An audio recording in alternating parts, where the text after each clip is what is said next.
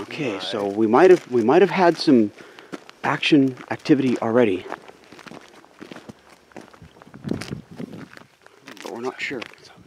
Oh my God, what does that say? What? I see. Oh my God, they're talking to us.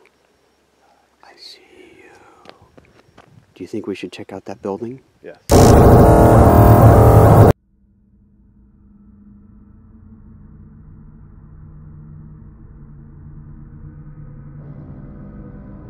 Monterey County has a sprawling amount of rural land. Large sections of mountain ranges cover this land, but these mountains have a story. People have lived in these mountains for hundreds, if not thousands of years. Cities and settlements have come and gone. Today I want to explore with you just one of the most interesting ghost towns in Monterey County.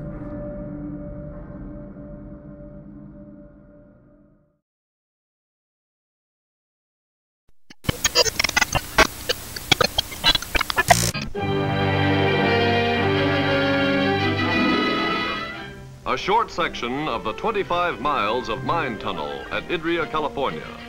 A string of cars is lined up at a chute, down which will flow ore blasted loose on an upper level. The ore being taken out of this mine is called cinnabar, a reddish rock from which will be extracted the quicksilver or mercury used in thermometers, pharmaceuticals, mercury vapor lamps, electronic computers, spark-free electric switches, and now may be an important element in atomic power plants as a heat transfer agent.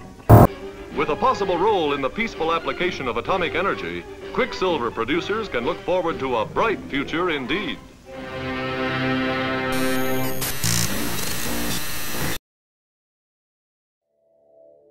"30 miles east of King City, in the Diablo Range, are the remains of one of the most famous quicksilver mines in the United States. The Spanish mission fathers created the town after they discovered mercury on the location. New Idria was originally located in Monterey County, but was claimed by Fresno County, who was then relieved of it by San Benito County. Despite its current location and county, the closest city to the town is King City. The mine in the town became the second most productive mine in America at one point. But what caused it all to go so wrong? Why was this town abandoned? The short answer: New Idria was hell on earth. Ownership of the mine changed hands multiple times after several owners died, each in horrific and mysterious ways. Some died of suspicious lead poisoning, another from a freak bear attack, one just mysteriously vanished, and some others blatantly had their throats slit. The town was a popular area for bandits and outlaws to hide in after committing their crimes. A legend from the area tells the story about a tunnel being dug by Chinese miners. Unfortunately, the tunnel caved in on itself and swallowed the miners along with it. There was no rescue attempt, and the tunnel became their graves.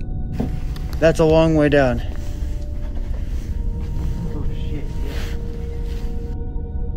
Miners in the New Idria mine often fell to their deaths. Sometimes they would gain burns all over their bodies during accidental fires. Tunnel collapses were also a factor in some deaths. In 1948, a few miles down south from the town, a plane carrying 28 Bracero farm workers crashed into Condon Peak. There were 4 American crew members in that plane.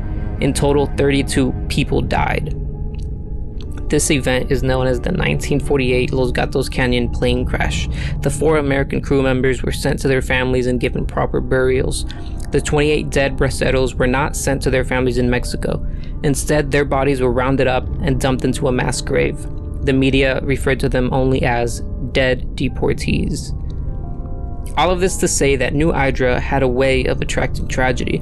Despite all of this, the mine did not shut down for any of the above reasons. It shut down simply because its parent mining company shut down. The people of New Idria were kicked out and the town was auctioned off to the highest bidder. Why didn't the new owners keep the mine open? Why didn't they bring in any new people? It's unknown why they purchased the land. What is known is that they did not take care of it. Shit, it goes down like 4 more of these things and we hit You guys that trail. need to make it to dinner Trevor, today. bring that camera. I'll hold the light right here. New Idria still has over 100 buildings still standing, and its mines are in the same place. But why is nobody going there? In New Idria, The water runs blood red. San Carlos Creek, which runs through New Idria, has a distinct red-brownish color. This isn't naturally occurring. That is mercury in the water. Mercury runoff from the mines has contaminated the water and made the entire region dangerous to live in. The mercury has traveled downstream and has been contaminating the surrounding areas. Due to this, the EPA has designated New Idria as a Superfund site, meaning the government has begun a decades-long process of cleaning up the town. However, this does not mean that you can't visit the town. The town is inside the Clear Creek Management Area, and for around $11, you can get the necessary permits and the combination to the Serpentine area gate and simply drive in. However, there is one thing I have not told you about New Idria. Not only does the water supply have mercury in it, but the air is covered in asbestos. Besides the mercury mine, there was an asbestos and a chromium mine in the area. This is because the area has naturally occurring asbestos. To enter the Serpentine area and get your permits, you're forced to agree to a statement that reads that you are aware of the fact that asbestos can kill you. A man by the name of Victor Larray is believed to be the first person from New Idria to have died due to asbestos and mercury exposure.